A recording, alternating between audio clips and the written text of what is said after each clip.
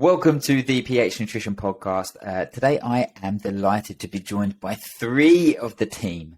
We have Luke, Chloe and Harriet on the podcast today, and we're going to be discussing a very important topic. But before we dive into that, how is everyone? How are you? Everyone good? Yeah, great. Thanks, Leah. All doing well, thank you. Yeah, Lukey, not bad at all. Not bad at all, thanks, Liam. Yeah, all good. Excellent. And Harriet, feeling good, training well? Yeah, all going really well at the moment, just focusing on getting stronger. Oh, that's what we like to hear. And that kind of leads into today's topic, and that is people training like athletes. Now, this topic was actually born out of a newsletter that I wrote when the subject line was, "You're not an athlete, you're an accountant who trains hard." And it got quite a lot of responses, most of them positive. But today we are going to be talking about people and the amount that they train. And just a little disclaimer, this isn't a finger pointing exercise. I think that people pushing themselves and training hard, and wanting to progress is an incredible thing. I think CrossFit's done a great job at that, of allowing people to kind of, have an environment that is really performance focused. However, the main issue that I have is that people thinking that they need to train excessively like athletes to see progress. That's the problem they have with it. So today we're going to be diving into a little of the nuance around it, a little bit of the details, and give you some practical advice using our experience and using, the things that we commonly see with clients, and hoping out at the end of this that you can come away to, with it to be like, yes, I definitely am guilty of this, but this is how I address this. So guys, is this something that we see commonly in the gyms that we're training in and the people that that we're working with, and with our clients? Definitely, yeah. And I think you obviously said there, it's not a finger pointing exercise as well. And I think it's important to point out here, guys, that if you are listening to any of this that we're going to dive into and you think, hang on a minute, that's me, then that just goes to show that subconsciously, somewhere in your mind, you might be thinking that you are training too much as well. So I think it's worth getting that out there, because it is common. It's common for people to train almost too hard for A, the kind of benefits that they're getting from training, and B, where they are realistically going to go within their chosen sport as well. And like you said about you're not an athlete, you're an accountant who trains hard.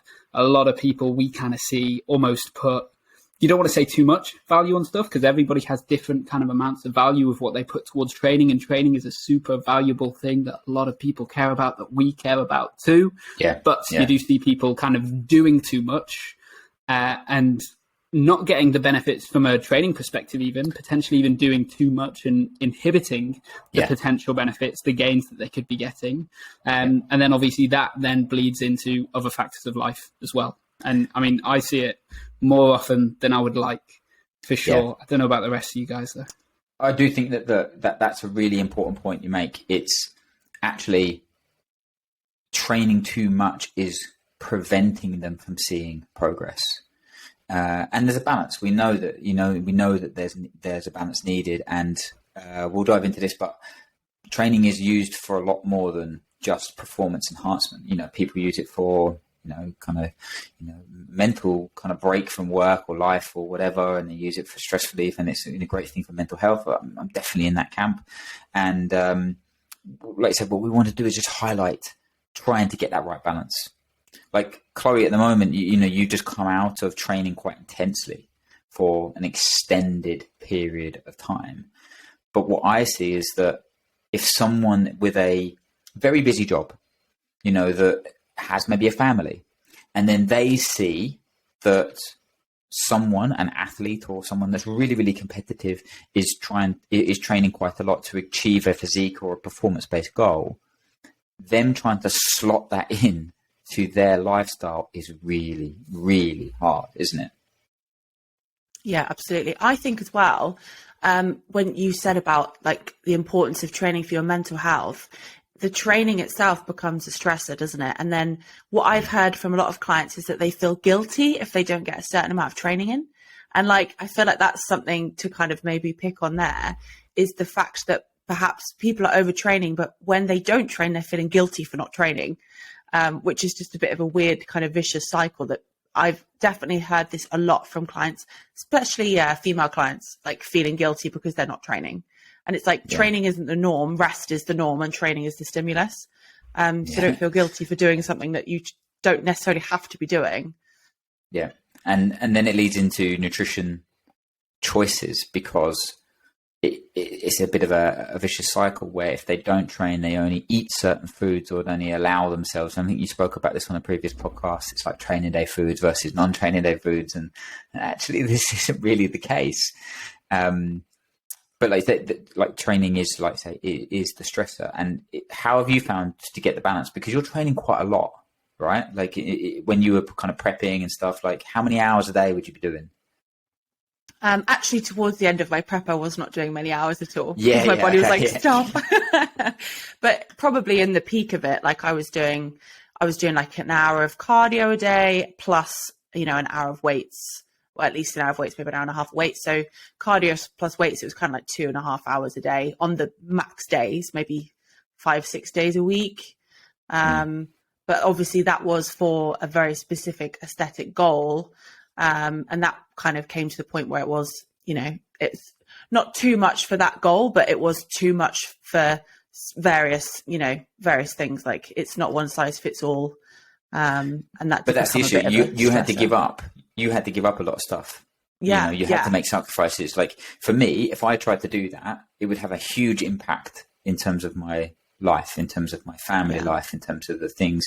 So I think that's one of the big issues that I have when people are thinking that they need to do this much. Now, most of the time, people don't want to be 5% body fat and or going to the games, but they still end up thinking that they maybe need to do that amount to see the results that they see.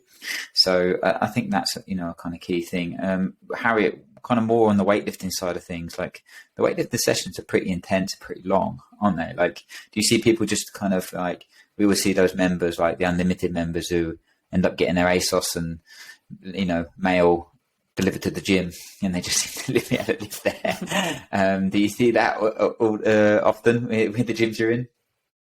Yeah, it's interesting. I guess because I'm still a CrossFit coach, I can still see it from that perspective in terms of like the environment of a CrossFit environment compared to a weightlifting environment. And I've actually found that it's a very, very different place in terms of like what they're looking to achieve and how they approach it. So from a CrossFit perspective, I find that a lot of the members that I coach and I'm around are very much kind of like eager to just push themselves as hard as they possibly can, because they think that's going to get them to, their best possible performance or their best possible physique. Whereas now that I've kind of transitioned and I train to weightlift, so I'm a weightlifter really, I find that everyone is a bit more sensible about their training. I think it's because it is such high impact, and you could, argue that CrossFit is high impact as well, but because the training load and the volume of it's so high, you do need to be really sensible. And I think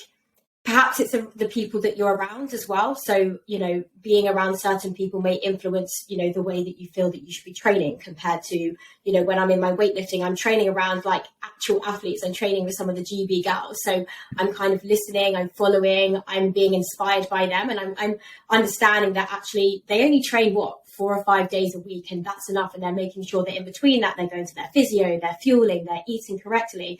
Whereas when you're in the CrossFit environment, there can be this more of a push to just excel, work harder. And I think there's not so much of a balance. And maybe the inspiration we see within CrossFit maybe isn't as positive as it could be. Like the people we want to be like, or the people that we see on Instagram, perhaps maybe aren't giving us the right messages or aren't giving us the full picture, as you said, full-time athletes versus people who are working.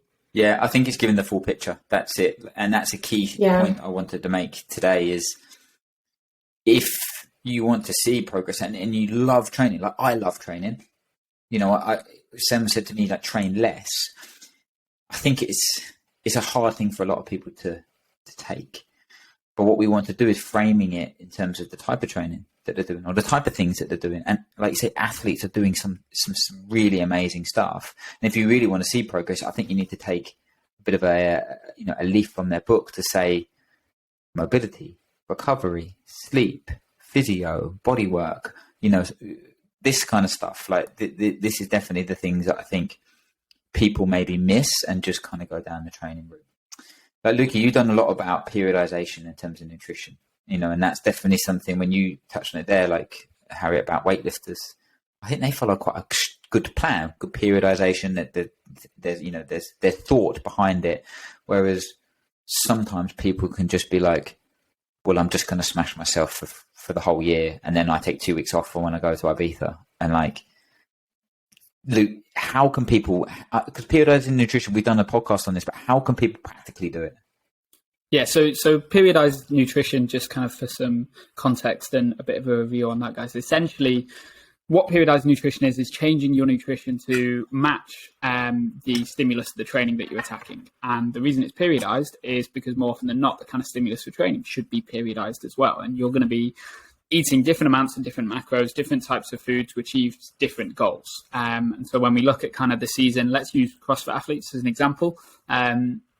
I've periodized nutrition with the athletes that I work with at the top level, so that in the off season, their diets change because it's much more focused towards strength gain. So we actually might give them a little bit more intake, and we might want to take their kind of mass up a little bit, and we periodize to kind of focus on both stimulating what they're focusing on in training and potentially physique changes that will benefit them down the line as well. And we'll basically map out the year and we'll say, okay, sweet, we want to be at this point at this time, and then where does that leave us with time before competition? And then we look at what the training is going to look like for that and what we need to do to change their diet to match kind of their training. And the key kind of thing there that Liam mentioned is their training changes over the course of the year, because the focus changes over the course of the year, and they'll have periods of really intense training prep for competition prep, competition simulation, that kind of stuff as well.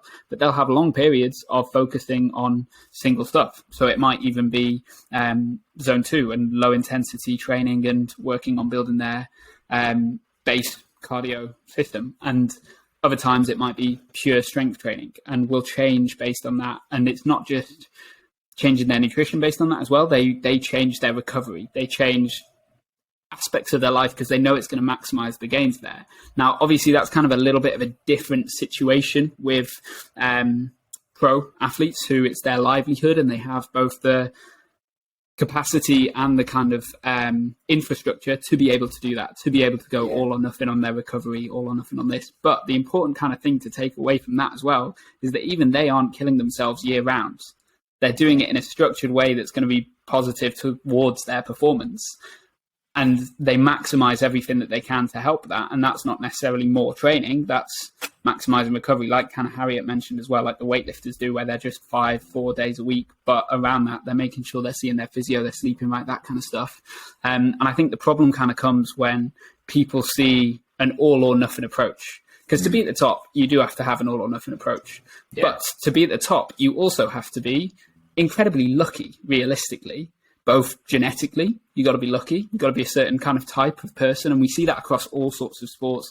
I think that's something that's really fascinating to me, is just the way that different sports appeal to different body types and different genetic properties as well. And there's a high chance that you're not going to be in that kind of top 1% that's going to be going to the games, that's going to be winning everything, that's going to be your Matt Frasers, your tier 2 meets. That's probably not going to happen.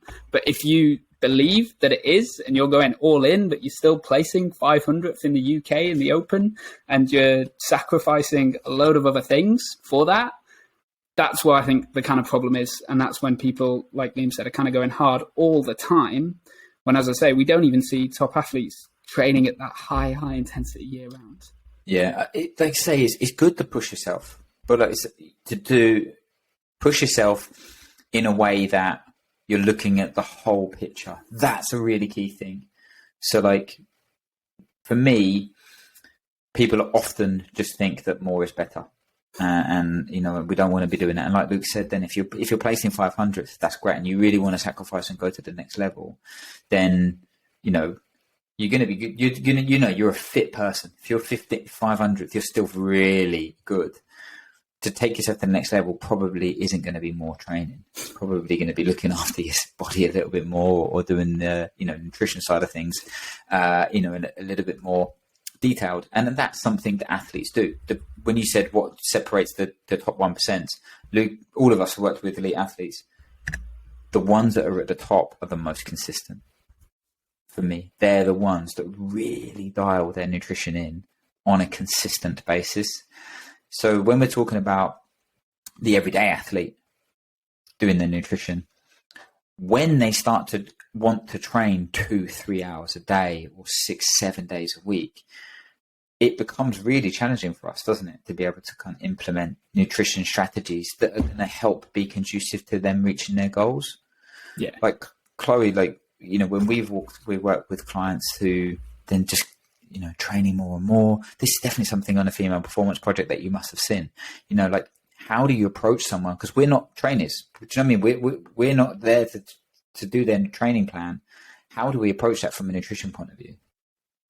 Yeah, it's quite difficult. I think you've said, we've talked about this before, and I remember you saying there's only so much food you can literally put in someone. And it's so true. Like I have a few clients that I work with that definitely, and they would know who they were if they listened to this, but they're definitely training too much. And every time I chat to them, I'm like, have you had a rest day? And they go, oh, well, maybe. And, it's so difficult. And they've got me telling them to rest, and their trainers telling them to rest. And obviously we can supplement you. We can help you with your sleep. Like we're always, we love talking about sleep and stuff as well. And we can talk about micronutrients and getting enough food in and getting your carbs around your training. But at the end of the day, you can only do that to like a certain point.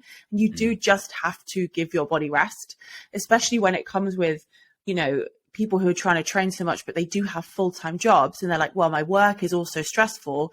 And we say, okay, well, maybe we can bring down some stress in other parts of your life too. And they're like, well, I can't just quit my job. So it does kind of come down to that, where you just have to take a day off. And like it literally comes down to that. And I had a girl on the female performance plan a couple of weeks ago, and she came to me and she was like, Chloe, she felt great at the beginning. And then she'd obviously started training more and more. And she said, oh, I'm just really hungry. I keep picking at biscuits. I'm super tired. My sleep is awful. My digestion is awful. I'm bloated. My weight is fluctuating. What's going on? And I was like, oh, what? I don't know. I was like racking my brain. And I was like, have you had a rest day? She said, no, I've done 6 days in a row. Oh my God, honestly. And I was like, take 2 days off. And she did. And her weight came down. She wasn't bloated anymore. She slept. And it's just, this is the thing. When you're trying to work with clients and we're giving them all these things to do based on a certain amount of training, we don't account for, people running themselves into the ground constantly. We're trying to give something to a relatively healthy body here. And it masks all the progress. So if you are stressed and inflamed from training too much, it masks if your weight has dropped, whether your body is holding water, whether you can sleep well. So it kind of, if people are overtraining, it actually kind of removes a lot of the work we do with people in trying to get their sleep and their digestion on point, because the training kind of screws it up because they're doing too much of it. So it does get to a point where you do just need to take a rest day. Or even 2 rest days in a row, funnily enough. Like people hate hearing that. You think of crazy stuff, 2 days in a row. But you're right. It's getting that balance of energy availability. And it's really challenging when your output, even though, output from training can be, if it's just 1 hour a day, it doesn't make that much of an issue. But when it gets to 2, when it gets to 3, and the days are longer, because people are then shifting meal times as well. That's one of the biggest things that I find challenging with clients, is when they start to train twice a day, meal times become so skewed. And it's really then hard to be like, okay, I need you to eat. But they're like, I don't finish training till 8:30 at night. I don't really fancy eating a meal. So then they end up eating, I don't know, cereal or a yogurt or a thing. And I'm like, that's like a third of the calories that you need. So this is definitely something that I think when issues start to arise, such as you highlighted there, sleep and digestion and, water retention and all of this, it's definitely something to kind of take a step back and be like, look, from a nutrition coaching point of view, it's really hard. It's really hard for us to keep adding more food in. Javier, with the coaches, from a coaching perspective, talk to me about new members. when you see new members coming through the door. This is an area that I think, actually I spoke about this with Tyrone Hatch on a previous podcast about us giving new members advice based on our experience. But they're enthusiastic. They want to do more. And then the coach says, no, you don't need to do more. I've done that. And you only need to do X amount. And they're like, hang on a minute. Like, do we need to let them figure it out themselves? Do we almost let them kind of have to train a little bit too much and then kind of figure it out? Like, how can we approach that? It's a good question. I think, and I always take it back to like a behavior change perspective, like, the word that I just think of is like clarity, like making sure that when a client comes on board, they are completely clear as to what their goals are and exactly why they want to do them. Because when you often speak to a client, when you first onboard them, they'll say, I want to do X because I want to be this type of athlete. And when you delve a little bit deeper and you start to ask them questions, so what I'm saying here is that asking questions can be really useful at kind of like digging a little bit deeper and really understanding where that perspective and where that want to come from. Because it might be that they say, oh, well, it's because I've seen this person on Instagram, or I follow a couple of people on this particular program and they're thriving and I want to be like them. But the only way that we're going to create positive change is if that comes from an internal motivation, not by watching other people and externally seeing it. Yes, that's a great motivation, but you need that internal knowledge, confidence, and understanding of what you really need. And also considering the potential barriers. So saying like, what could possibly get in the way? Like, think about your lifestyle. Have you got a job? Have you got kids? Have you got, different things you need to consider as well. So trying to get them to think extremely realistically before they make or want to make this change or make this choice, I think is a very important place to start. And as you said, if you want them to kind of, give it a go and just be like, you know what, go do your own thing, come back to me when, you're feeling a little bit broken. That is an option. But I think exploring it when you first speak to a client and they first on board is probably the biggest thing we can do as practitioners and as nutritionists, is understanding their reason why so they can understand their reason why too. Yeah, I think that's a really important point is framing it at the start, isn't it? To be like, look, from our experience, your goal, which we really delve into, can be achieved by doing X, rather than being like, oh, we just see people turn up all the time and just hammering themselves. So yeah, mate, I think like the behavioural change side of things is just so key, and getting that in at the early part, I think, is really, really cool. But then, we need to assess this. So going, throughout the year, and that's what Luke said about periodization. It's like, it's not always just, full throttle, and away we go. Look, I think for me, it's an area where there needs to be balance, and there needs to be a kind of almost of a bird's eye view of what your week looks like and what your month looks like. And that's a key thing that I think a lot of people miss. They just focus on the day to day. So when you get into the day to day, all of a sudden you can take a step back and go, wow, when was the last time I took a rest day?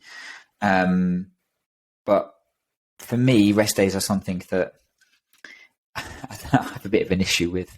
Lukey, talk to me about what you see with people and active rest days or these active recovery days. Yeah, the kind of people that say they're taking a rest day, but, oh, look, I've done a 10K zone 2 run, so it's rest, and I've done these accessories and that kind of stuff. And it's like, well, you're not resting, you're not recovering.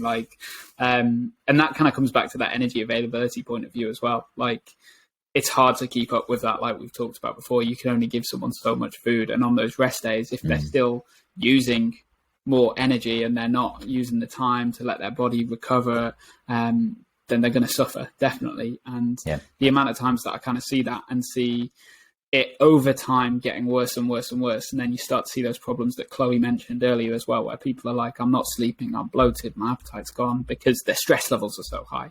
And that's something that, Liam, I know you've talked a lot about before with stress. And all training will bring about some form of stress, even if it feels like it's low training. It's going to be less stressful than normal training, yeah, for sure. But those rest days, they want to be just that. You want to rest, you want to recover, you want to do things that are going to contribute to that. And I think a big part of that is potentially overlooked is the psychological aspect of it as well, and switching off. And like we've talked before, people, Chloe said, they find it hard to switch off. They feel guilty if they're not training, which is why they'll validate those active rest days with active rest, as opposed to doing something that they enjoy and that can give them a time to slow down, switch off, hang out with your friends, do stuff that is going to just allow just your central nervous system as well to recover and to make other training sessions much more beneficial, because you can just be more tuned into them and pursue them more and actually attack them, as opposed to, again, maybe feeling like you're giving your all, but because your body's still not recovered, you're probably giving 70-80% of what is actually possible.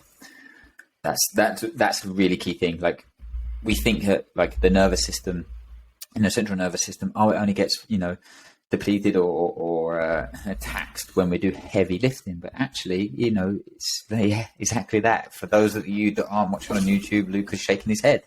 It can be, fatigued at submaximal volumes, submaximal intensities. So even if you're doing 5K, you're doing these low intensity stuff, it's still going to impact. It's going to impair your recovery. So, like Luke said, you don't have to just sit and do Netflix like all day long or just whatever.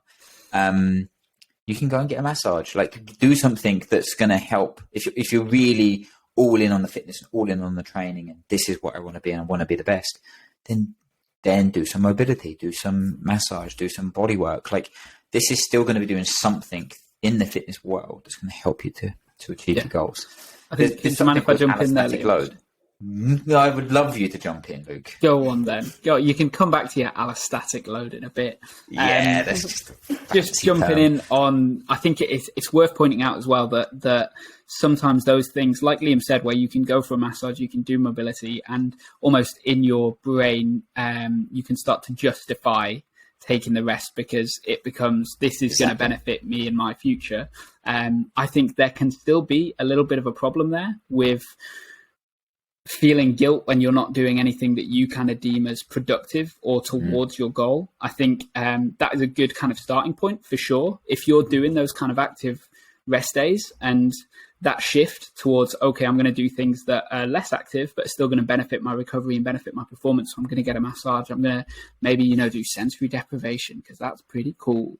But in your mind, it's just justifying this is towards my goal, this is productive in quotation marks. I think there can still become a problem, like we talked about at the start then, with priorities. Because if you're not an athlete, if you're not going to that top level, those days should, we don't know because we don't want to tell anyone how to live their lives, be spent on stuff that is fun, because it's an opportunity for you to fill up kind of the cup on other stuff in your life that gives you joy and gives you pleasure. Because I don't think, and even athletes will tell you this, apart from maybe the Michael Jordans and those at the top of their game, that you need to find joy and pleasure from other stuff. Otherwise, if it's gone, when it's gone, then you've got nothing else there. And so start off by using that almost as a justification to do less, but really try, and it is hard initially if you feel guilty, really try and do things that you want to do that is separate to training, that is going to benefit just your whole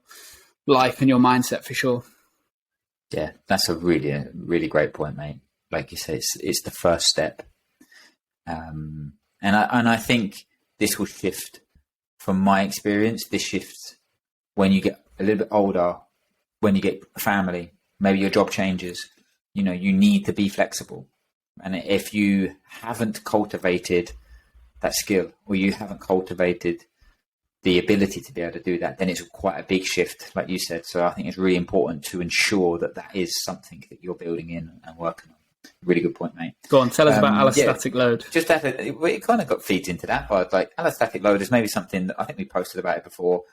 Basically, it's just a fancy term of allowing your body to adapt and recover. And if you don't do this is just the amount of stress over a period of time. And if you don't allow for recovery or allowing your body to come back into a sense of balance, a sense of kind of homeostasis, then you don't allow yourself to progress. And what happens is that you look at other people to go, how can they recover from a 2-hour training session every day. Like, how do CrossFit athletes, how do elite athletes do this? It's because they've followed this periodization of their nutrition.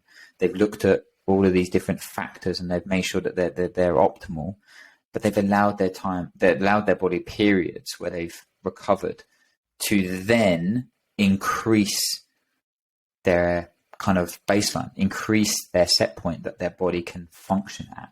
So like, it's like when you take like 4 weeks off, all right? Maybe you've gone on a holiday or you haven't just trained. You go back in and the first session, you're so sore. You know, your body isn't adapted to it. It's like, if you don't allow this time for recovery and you know, over this time, this allostatic load will be negative. We want this to be able to be enhanced. And this is the key point of this podcast. That's the fundamentals. And if you don't, you won't see progress. And we all see these people in the gym, or have experienced it maybe ourselves, where you just train and you hit a plateau. Harriet, have you experienced it yourself? Yeah, I can resonate with that really hard. I think, again, it's just crazy the transition I've seen within like different sports. But when I was at my kind of peak CrossFit performance, I was saying I was at my peak, but really I was training way too hard and not recovering enough. And as Luke said, I kind of used these like self-care days or active recovery days. I call them self-care days, but in fact, it's just it's a nice way of reframing it. But again, there's still those like loopholes and there's still kind of those maybe disadvantages around it. But yeah, like it does. And I think one of the main influences for me was just seeing people on social media and just watching them and being like, I either want to be like them or I want to train like them, and having no perspective of what the rest of their day looked like. And I got to a point where I actually just had to ask myself, what are you doing this for? Because I knew I wasn't going to be a CrossFit athlete. I knew that I didn't want to be necessarily. So at the end of the day, I was like, what am I doing it for? And sometimes we actually get to a point where we ask ourselves that question and the answer finally comes and you think, you know what, I'm ready to think like differently, recover better. And I guess nutrition played a huge part in that, because I was under eating as well. So it was so important to make sure that I was focusing on the aspects that I'd neglected for so long. And once I did, my whole relationship around not only fitness, but food and my recovery just got so much better. Yeah, that's the key thing. The relationship with food and training, there's a lot of crossover. A practical example or an issue that I see with people trying to lose weight when they're in this world is that they maybe haven't seen the progress that they kind of think that they should for the amount of training that they do, so they do more. The problem is with doing more training is that you're hungrier. So then you, like Chloe, you said, like all of a sudden she's picking at biscuits where she's never picked at biscuits before. So then you're counterintuitive in terms of this. So if you actually, I think there's a reason why CrossFit classes are an hour long. It's because I think it's enough, you know, for the majority of people. And yes, you can do little extras, but again, just jumping on Instagram and finding workouts and just doing them randomly on your rest days, I think is a real issue. So, yeah, Harriet, that's a really good thing. Like the relationship with food becomes really challenging because you're just, like Luke said, you're constantly on. You're constantly thinking about, what is this going to do? Is it going to help me to, you know, should I be eating this on this day because it's carbohydrates? And, oh no, I haven't trained hard enough, blah, blah, blah, blah, blah. I actually encourage my athletes to eat more on a rest day because they train so much that it's really challenging to get enough calories in. So I actually try to really enforce that they take a rest day because it's the only time that we can get them more calories in. So twice a week, they basically have a higher day on their rest days when they're not doing anything. And guess what? They go back in the next day feeling so much better. And I think this is a key thing. You need to trial it and feel the difference of when you go back in the next day after a rest day and eating well, and feel that, oh my God, I don't feel like I've got to go in 40 minutes before the session and mobilize my ankles, hips, knees, ankles, wrists, shoulders and neck and everything. You can actually just go in and do the normal warm up and hit your session. so yeah, this is something that goes back to that kind of micro periodization across the week, across the month, and ensuring that you're working for yourself. And look, guys, I think it's been a really good, discussion on it. Like from a nutrition point of view, just to kind of, wrap a few things up, is when we think about giving nutrition advice to people that are wanting to progress, like how do we do it? Like how do you actually kind of work with someone who is, maybe not seeing progress and maybe has seen a bit of a plateau in terms of their, kind of progress? I can start off with the super basic, like where I'd start super basic. I'd use the 4 R's of recovery. So I'd ask them are you rehydrating? Are you replenishing? Are you repairing? And also, are you relaxing? And if any of those are out of whack or need to be worked on, then we focus on one thing at a time. So that's kind of the most basic starting point that I have with my clients. Love that prioritization. I think this is probably actually more on the client than it is on us, but I feel like sometimes our clients need to have a little bit more trust in us telling them to potentially take a rest and what we would suggest, because I was just thinking actually when we have girls on the female performance plan, they come in and they say, I want to look like the way I train, because they're training and training and training and training. And they're like, I don't look like X on social media who trains, 5 hours a day. And I don't look like that. They think I'm not lean enough, etc. So then they think they need to lean out. So they overtrain and they undereat. And then when we turn around and we're like, actually, you need to eat a little bit more and train less, people don't want to hear it. And I often think that, we can tell people to do this, but people need to kind of trust a little bit in that, obviously we have their best interests at heart and all this kind of stuff. So I think that's a little bit on you guys listening as well. Please trust us that we are telling you the right things to do as well. And, I think it is perhaps trying something different and trying to take a rest day and having a little bit of faith in your body and your health, that if you do take a day off or we give you a little bit more food, it is going to pay off. So yeah, just trust in your coach as well.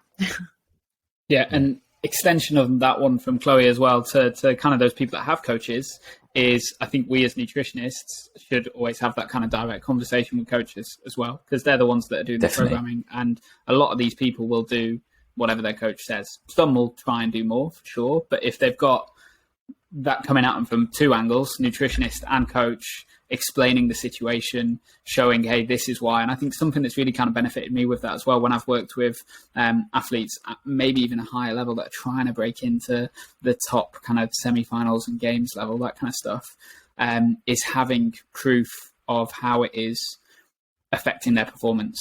And so potentially even getting blood work done and stuff like that, that shows, hey, this is the damage that you are causing your body. We have empirical evidence here that can almost bring a bit more trust and a bit more buy-in, as if they can see it, boom, this is what's happening. Now, good news is all we need to do is this, this, and this to change it. And hey, that does mean resting a little bit more. It does mean eating a little bit more on those rest days as well. Then that makes it a bit easier to get that buy-in, I always think, as well.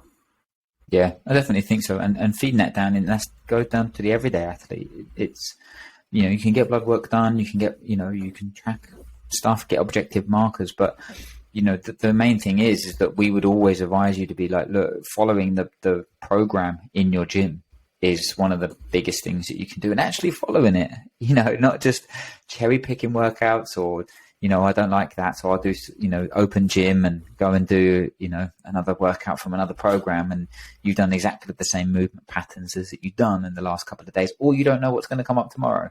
So again, your coaches have your best interests at heart. We have your best interests at heart. And what we want to do is, like you said, Chloe, we want to provide people with the advice so that they feel like they're getting the most out of their training, that they kind of see the results that they expect from the level of effort that they're putting in. And this is what we want to try to encourage today, is just taking a step back and thinking, okay, I want to be competitive and I love training, I want to see progress, but am I maybe doing a little bit too much in certain areas, or am I maybe not doing enough in certain areas? And if we can prioritize and figure out which one of these things that we need to just be a little bit more detailed on, then, you know, we're hopefully going to see progress. And, you know, that's what it is. Training should be enjoyable. We should enjoy the process. And what I often see is people just kind of struggling through. So this is not something that we want. So hopefully this has been a useful discussion for people that are listening. And if there's anything that you're not too sure on, like how do you figure out your priority, again, it's just conversations. Genuinely, I think it is conversations with your coach, conversations with us. Reach out to us on Instagram or on a website or whatever, and we can point you in the right direction. But good stuff, team. Anyone else got anything to wrap up on? We all good? Lovely stuff. I think you summed it up lovely. Lovely stuff. Thank you so much for joining us. And look, guys, if you love the podcast, please rate, share. We know, you hear this at the end of every podcast, but it really does help. And if there's also any topics that you want us to cover, then just please reach out to us. We're always looking for recommendations. We have some awesome guests, some awesome topics coming up, but we're also looking for, what you guys want to hear. What do you want us to cover? And just, don't be shy. Just let us know on this. So, thank you so much for listening, and we will see you on the next episode. Thank you so much. Thank you.